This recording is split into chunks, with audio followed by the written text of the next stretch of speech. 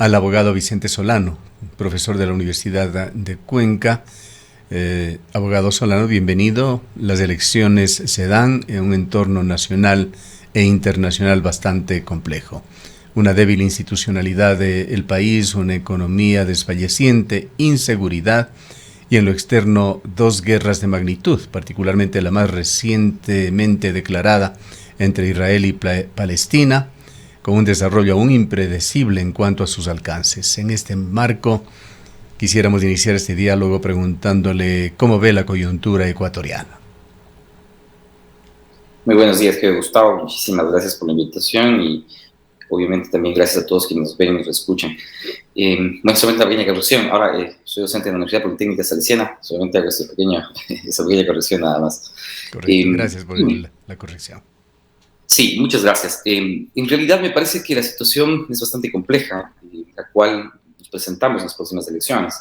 Y justamente yo me encuentro fuera del país, estoy justamente en el hermano país de Colombia, donde también muchos de quienes justamente estamos en el ámbito jurídico, sobre todo, también han expresado, digamos así, su preocupación o sobre todo, digamos, también sus expectativas sobre lo que puede ser el proceso electoral del día de mañana. En Colombia también en los próximos 15 días vienen elecciones también seccionales o regionales y justamente hay, digamos así, una expectativa importante sobre qué va a pasar en los próximos procesos electorales de Ecuador, efectivamente, porque también, efectivamente, yo creo que la preocupación es general, ¿no?, sobre lo que puede pasar también en nuestro país, sobre todo con el tema de la seguridad, ¿no?, que realmente ya es un tema que no solamente se valora a nivel, digamos así, nacional, sino también a nivel regional.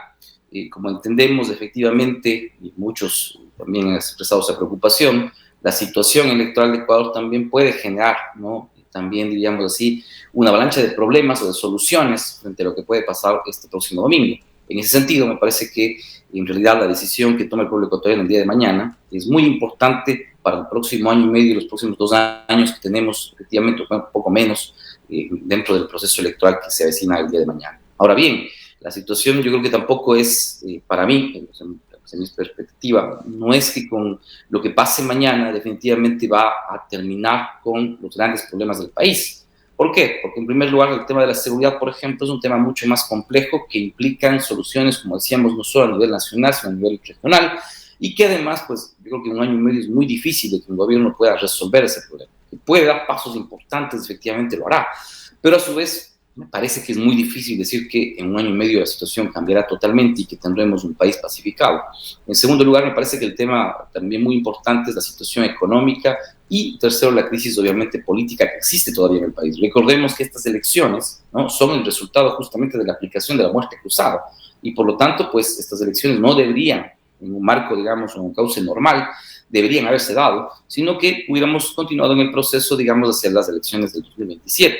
Por lo tanto, me parece que aunque la decisión del país es muy importante el día de mañana, no podemos decir de que la posibilidad de que gane la candidata o el candidato, en este caso, puedan resolver definitivamente los problemas inmediatos que tiene el país, que sí pueden efectivamente enrumbarse a buscar soluciones definitivas o al menos soluciones que nos permitan vivir en un marco distinto en el cual nos encontramos ahora, sí, pero me parece que tampoco podemos tener una esperanza de decir en 1 año y medio ha cambiado toda la situación del país. Me parece que es mucho más complejo porque la situación de los últimos 6, 7 años, sobre todo, me parece, realmente han desembocado en esta situación que me parece también sí es efectivamente alarmante. El mapa en Latinoamérica se lo ve bastante variado. Los países, parte del Grupo de Puebla, recientemente sesionaron en México. Entre los líderes de este grupo está justamente el expresidente ecuatoriano Rafael Correa. Hay otros gobiernos de izquierda, como Chile, en una posición más moderada. Gobiernos de derecha, como el de Bukele en El Salvador, Lasso en Ecuador, la posible elección de Javier Milei, que sigue liderando las encuestas en Argentina, elección que se dará la próxima semana. En medio de esto, también quisiera preguntarle qué relevancia tiene para Latinoamérica la elección de un gobierno transitorio en Ecuador. Sí, en efecto, me parece que la clasificación de los gobiernos de izquierda o de derecha a nivel de la región es muy complejo, ¿no? El mismo gobierno de Petro acá en Colombia me parece que efectivamente tiene una distancia, digamos, con ciertos sectores también políticos en la región, pero a su vez diríamos que está, digamos, en ese proyecto que nosotros decíamos en los inicios del siglo XXI, que era justamente del progresismo, ¿no? Me parece que ahí, incluso categorialmente, o digamos, trabajándolo desde una perspectiva categórica, es muy difícil decir que necesariamente lo que pasa, digamos, en Ecuador, o lo que pasó con el gobierno de Correa, podríamos decir lo que es netamente un gobierno de izquierdas, sino un gobierno progresista, ¿no? Lamentablemente hay tantas distinciones que se podrían hacer teóricamente, pero me parece que, en efecto, ¿no?, la posibilidad de una victoria del correísmo el día de mañana, pues también podría, ¿no?, establecer un nuevo rumbo en cuanto a las relaciones internacionales de diversos países, ¿no? En este caso, el propio Venezuela, el propio Colombia, ¿no? Yo creo que un poco más aislado el tema, efectivamente, de Chile. Me parece que Chile tiene una visión un poco distinta sobre el tema, de lo que pasa sobre todo en Nicaragua, ¿no?, por ejemplo. Y claro, en efecto, diríamos también la situación de lo que puede pasar con Argentina. Sin embargo, yo creo que en los últimos años, más allá de que podamos decir de que hay una corriente progresista de izquierda o de derecha, lo que sí podemos ver es que los regímenes que hoy están ganando elecciones mucho tienen que ver sobre todo con un, diríamos así, perfil de gobierno, digamos, un estilo de gobierno que tiene que ver con los gobiernos, sobre todo de índole populista, ¿no? Porque hay un populismo de izquierda y un populismo de derecha, ¿no? Los populismos, en efecto, lo que se abocan es justamente llamar al pueblo, ¿no? Intentan decir, efectivamente, somos gobiernos del pueblo, pero en esa categoría, obviamente, entran gobiernos tan disímiles como el de Jair Bolsonaro, el propio candidato, efectivamente, Javier Milei en Argentina, y del otro lado, ¿no?, incluso los gobiernos, obviamente, digamos, como de Maduro, incluso podríamos decir el caso mismo del correísmo, ¿no? Porque hay líderes, efectivamente, ¿no es cierto?, muy importantes que desde esa perspectiva han tratado, ¿no?, me parece, de asimilar la política más allá de un perfil de izquierda o de derecha o del progresismo, ¿no?, sino en un perfil de cómo llevar un régimen de gobierno, ¿no? En ese sentido, pues podemos ver que muchos de estos líderes, en definitiva, no acuden a las instituciones, creen que las instituciones no son necesarias justamente para metabolizar las demandas sociales, sino que el líder efectivamente es quien va a cambiarlo todo, ¿no? Una especie de mesianismo, ¿no?, político, que es, digamos, algo lo que se ha imprimido ya en América Latina, y no solo en América Latina, sino también a nivel de Estados Unidos, con el propio Donald Trump, e incluso, ¿no es cierto?, en países como España o Italia, donde también han surgido estos líderes que, en definitiva, como digo, hacen tabla rasa de las instituciones. Y eso es lo problemático, ¿no? Yo creo que una de las cuestiones que siempre hemos discutido, estimado Gustavo, es que lamentablemente en Ecuador no tenemos instituciones fuertes, sólidas, ¿no?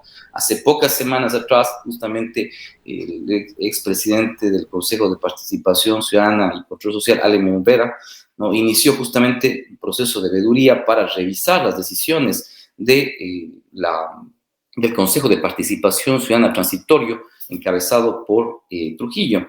Sin embargo, más allá de que podemos estar a favor o en contra del dictamen, ¿no?, la propia Corte estableció de que esas decisiones estaban blindadas por un dictamen justamente que fue establecido por la propia Corte, ¿no?, un autoblindaje.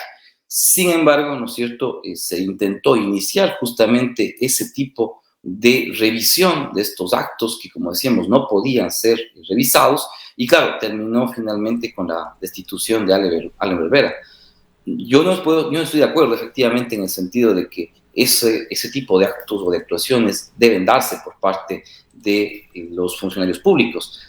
Sin embargo, me parece que es correcta la decisión en el sentido de que la Corte Constitucional haya dicho, bueno, si usted no quiere acatar las decisiones de la justicia constitucional, siendo una autoridad pública y sabiendo que todos los actos de los poderes públicos están sometidos a la Constitución y a lo que diga efectivamente la Corte Constitucional, tiene que irse.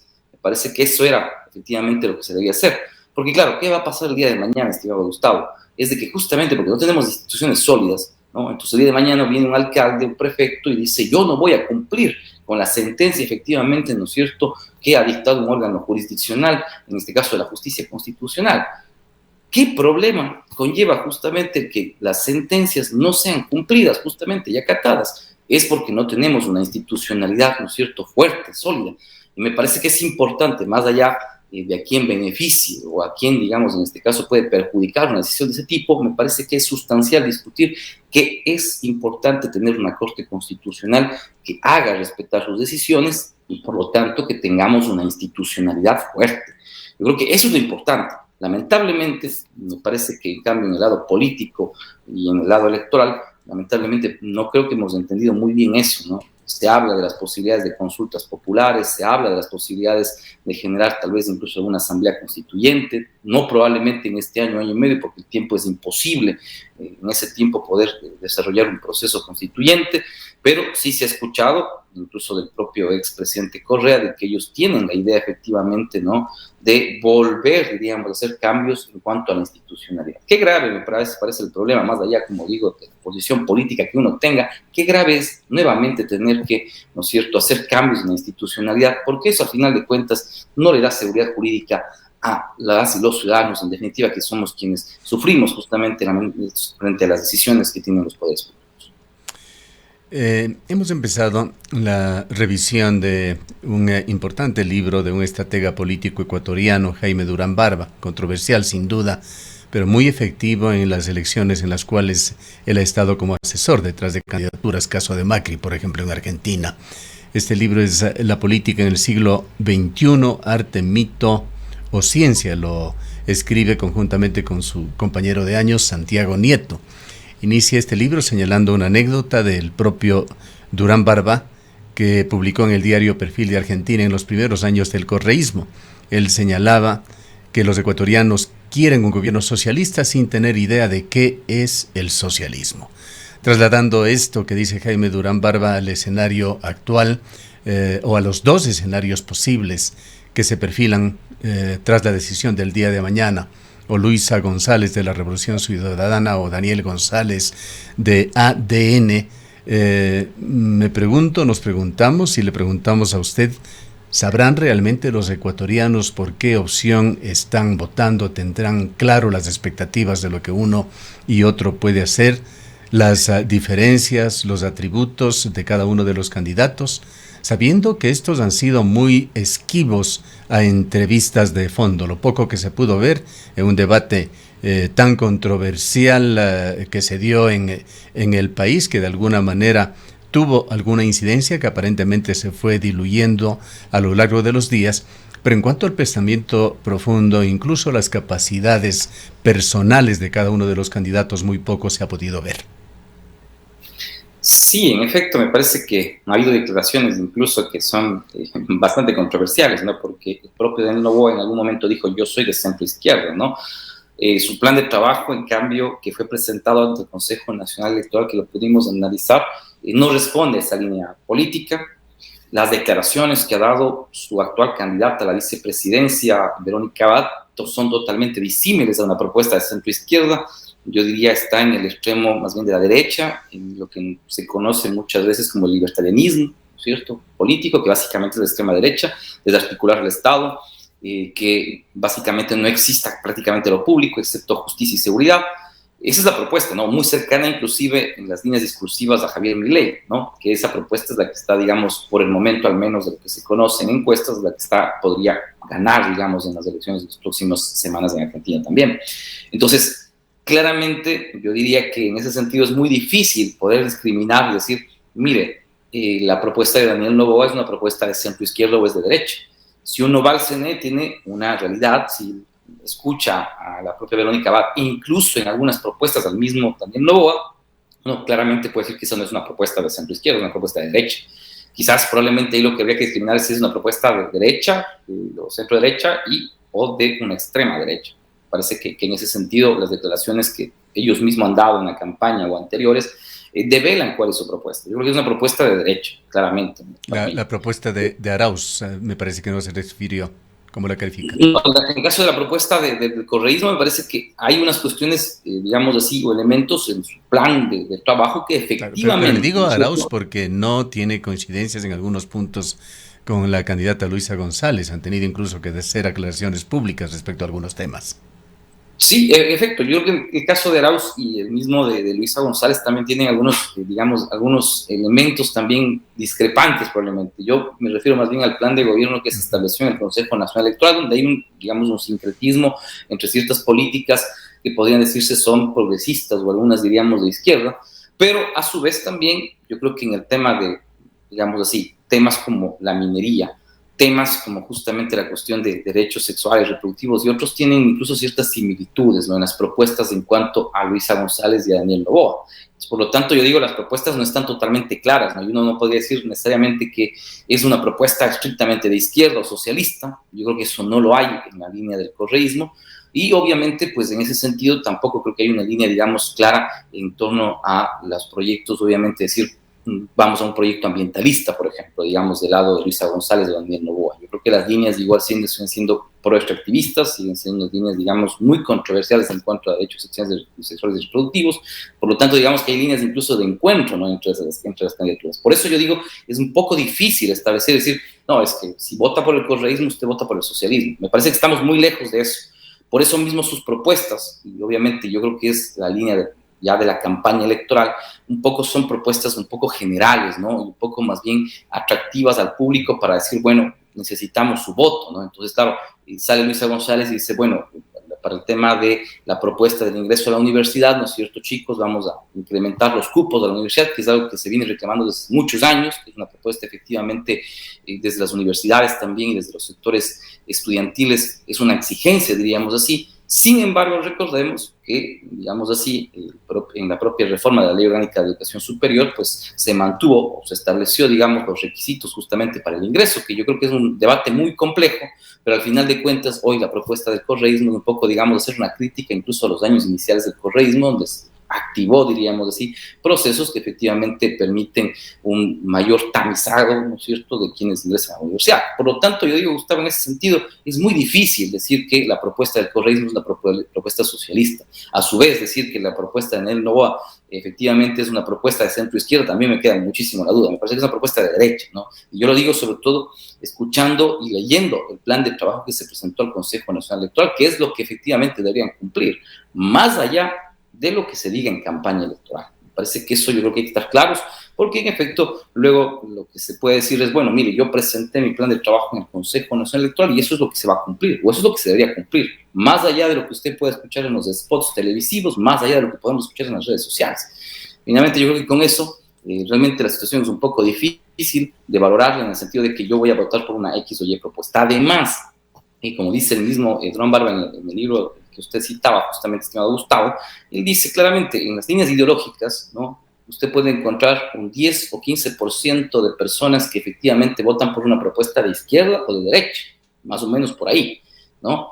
Entonces, claro, es un 25-30% de personas que votarán ideológicamente, más allá de que sepan totalmente qué implica votar por la izquierda o la derecha, pero el 70% o más del porcentaje electoral de quienes deciden efectivamente quién va a ser el próximo presidente del país, no tienen claro eso y muy necesariamente no van a votar por una propuesta, sea o no socialista.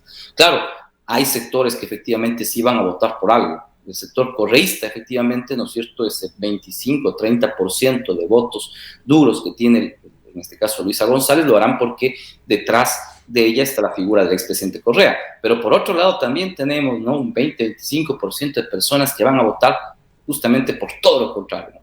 Son personas que no votarían jamás por el correísmo, sino por una perspectiva anticorreísta. No importa quién sea, si es Daniel Noboa, si hubiera pasado, en este caso, Jan Topic, o hubiera sido Yacu Pérez, hubieran votado efectivamente por cualquier candidato que no sea del correísmo, ¿no? Eso sí lo tenemos claro. Sin embargo, lamentablemente el día de mañana yo creo que la decisión es un poco más compleja, porque además 10-15% de indecisos, ¿no?, son los que definirán el día de mañana. Yo creo que entre el día de hoy y mañana, a estas horas, ¿no es cierto?, estarán definiendo efectivamente por quién va su voto. Yo creo que todavía es una elección tan cerrada, tan difícil, que muy probablemente incluso las cosas que están pasando en estas últimas horas, hoy o mañana, pueden definir efectivamente qué es lo que va a pasar, ¿no es cierto?, con las elecciones de la presidenta o presidente de la República. ¿Cómo ve usted esos dos escenarios? Pongámonos ya en la noche de mañana, cuando conozcamos qué es lo que ha sucedido en las urnas, el escenario con González o el escenario con Noboa. Y me parece que el primer escenario con Luisa González es un escenario que yo diría bastante difícil, igualmente en el tema político, pero que podría tener, digamos así, al menos algunos elementos de posibilidad de resolución institucional. ¿Qué quiero decir con ello, no? Por ejemplo, ellos tienen prácticamente, digamos, una gran mayoría en la Asamblea Nacional, no una mayoría efectivamente que pueda solitos decir vamos a aprobar proyectos de ley, eso no va a pasar, pero tienen una mayoría legislativa que les va a poder permitir negociar con cierto nivel de facilidad, ¿no es cierto?, la aplicación de cierta normativa o la generación de nuevas leyes, en primer lugar. En segundo lugar, claro, obviamente ellos tienen enlistado un plan, ¿no?, que implica, digamos, la retoma, podríamos decir así, de algunas instituciones.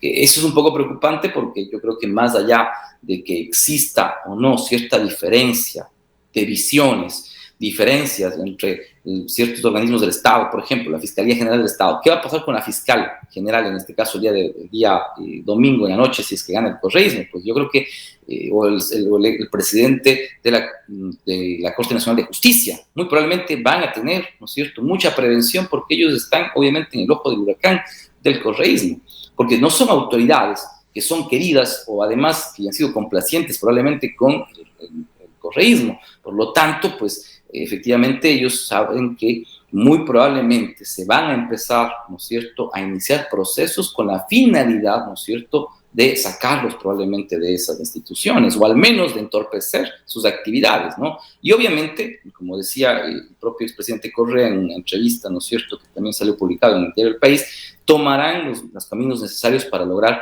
digamos así, como digo, hacer los cambios o retomar, diríamos así, ciertas instituciones, incluso violentando obviamente principios como el de la independencia judicial o la separación de poderes. Del otro lado, en cambio, claro, Daniel Noboa tiene una situación un poco más compleja, porque claro, si Daniel Noboa logra ganar las elecciones, va a tener una gran oposición en la Asamblea Nacional y necesariamente tendrá que negociar con diversos grupos políticos que son, en este caso, probablemente contrarios al correísmo, o negociar con el correísmo.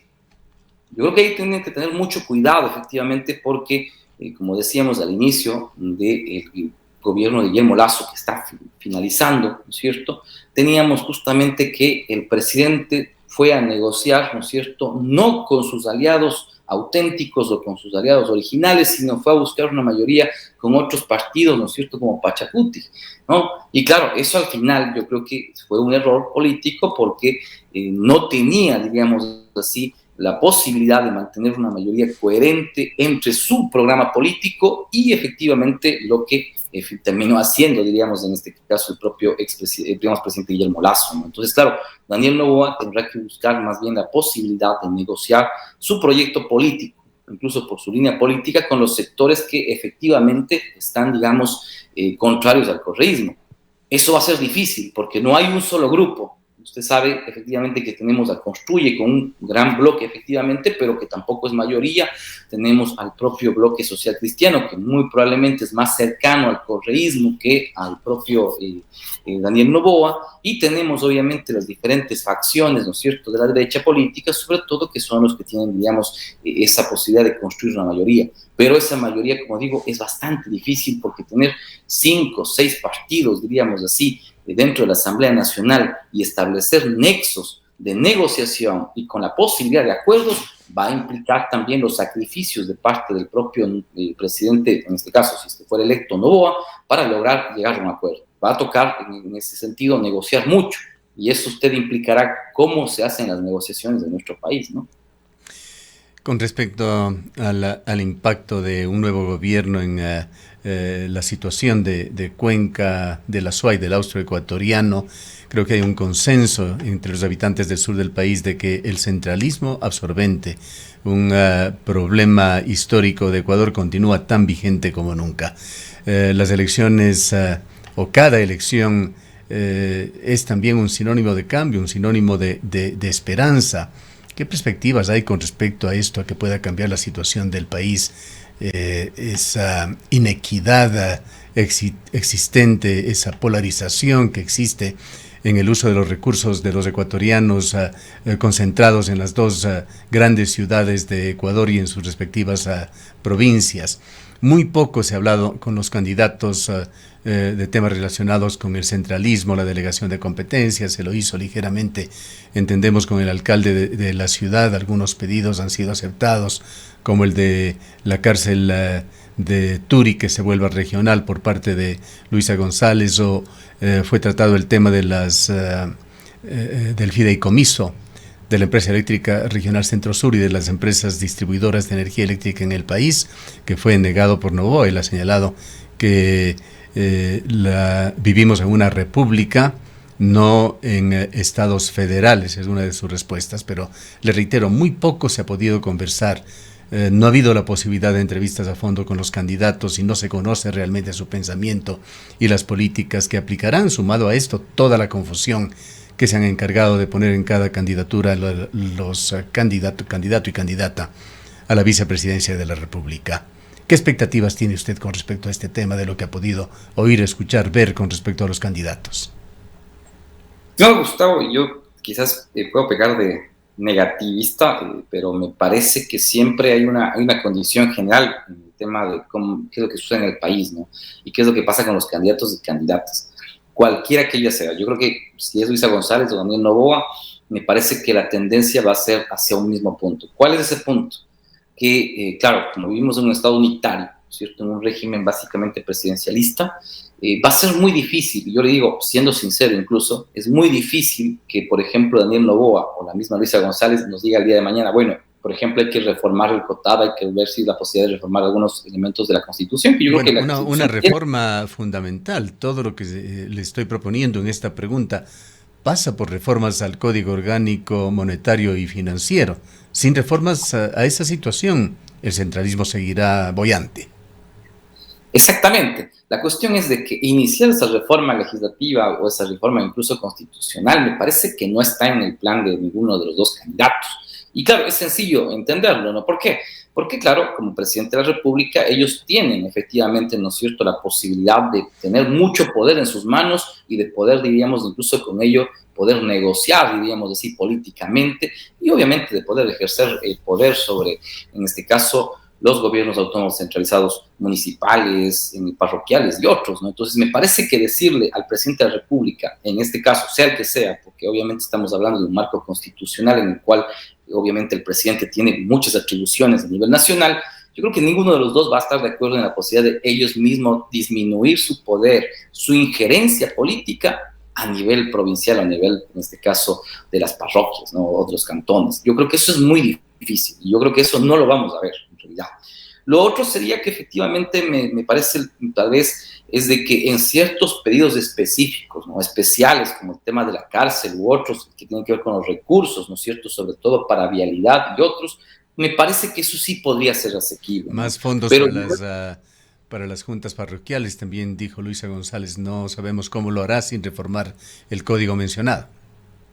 efectivamente, ¿no? Me parece que ese tema es muy circunstancial, porque además, efectivamente, ¿no? Decíamos, incluso hay que ver los resultados, por ejemplo, del censo, ¿no? Nosotros de lo que conocemos, sabemos de que aquí en el Azuay, según lo que se establece por algunos ya análisis que se han hecho, nos dicen que nosotros seríamos afectados, por ejemplo, en este censo, porque tenemos una disminución, podríamos decir así, o al menos la expectativa de población que teníamos en el caso del Azuay es mucho menor de lo que se ha podido ver en el censo, de lo que efectivamente está pronosticado. Y por lo tanto eso implica, uno, la reducción obviamente, o al menos no la ampliación, ¿no es cierto?, de la representación legislativa, uno, y dos, claro, a los gobiernos autónomos y, por ejemplo, centralizados parroquiales y otros, es la disminución del presupuesto directamente, ¿no es cierto? Entonces, claro, la cuestión es que incluso, ¿no?, en ese sentido, los mismos elementos de técnicos que debería darnos el Estado justamente para fortalecer más bien inclusive, ¿no es cierto?, la descentralización, ¿no es cierto?, territorial,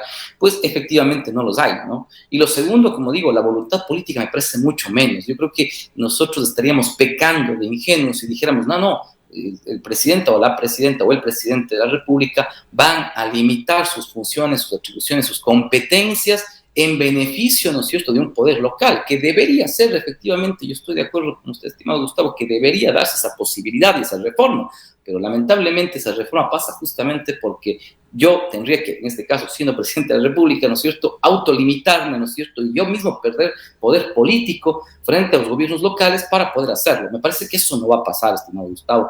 Me parece que más allá de eso, efectivamente, como ya incluso algo lo había dicho el candidato Noboa, en efecto, él asumirá, digamos, directamente esa posición. De Luisa González, yo creo que más allá de que lo haya dicho o no, yo creo que es muy difícil que efectivamente ella también vaya a entrar o a ser proclive a una reforma que implique, ¿no es cierto?, aminorar su injerencia y su poder político dentro del país. Yo creo que más bien todo lo contrario. Generalmente cuando usted ha visto, ¿no es cierto?, que incluso el propio presidente Guillermo Lasso en algún momento dijo, yo estoy en contra del régimen presidencialista reforzado que hay, pero gobernó finalmente o está gobernando más de 2 años con ese mismo régimen presidencialista reforzado, ¿no? Entonces, por lo tanto, yo creo que pensar en que el día de Guillermo mañana Lasso ha cualquiera de dejado los dos puedan asumir una propuesta demasiadas reformadora es muy expectativas sin cumplir. Esa es la realidad. Incluso el tema de haber culminado su gobierno a través de la muerte cruzada, recortando el tiempo supuestamente en 2 años, que van a ser en la práctica algo menos de año y medio, ha sido realmente lamentable y creo que la historia lo juzgará. Le agradecemos mucho, abogado Solano, por su presencia. Muchísimas gracias, querido Gustavo. Muy buen día y solamente recordarles que el día de mañana, por favor, tomemos una decisión, no lo hagamos con odio, hagámoslo por la propuesta, como digo, pensando realmente en el futuro del país, más allá de las condiciones personales. Un buen día. Declaraciones del abogado Vicente Solano, profesor universitario, analista político. Son las 8:06.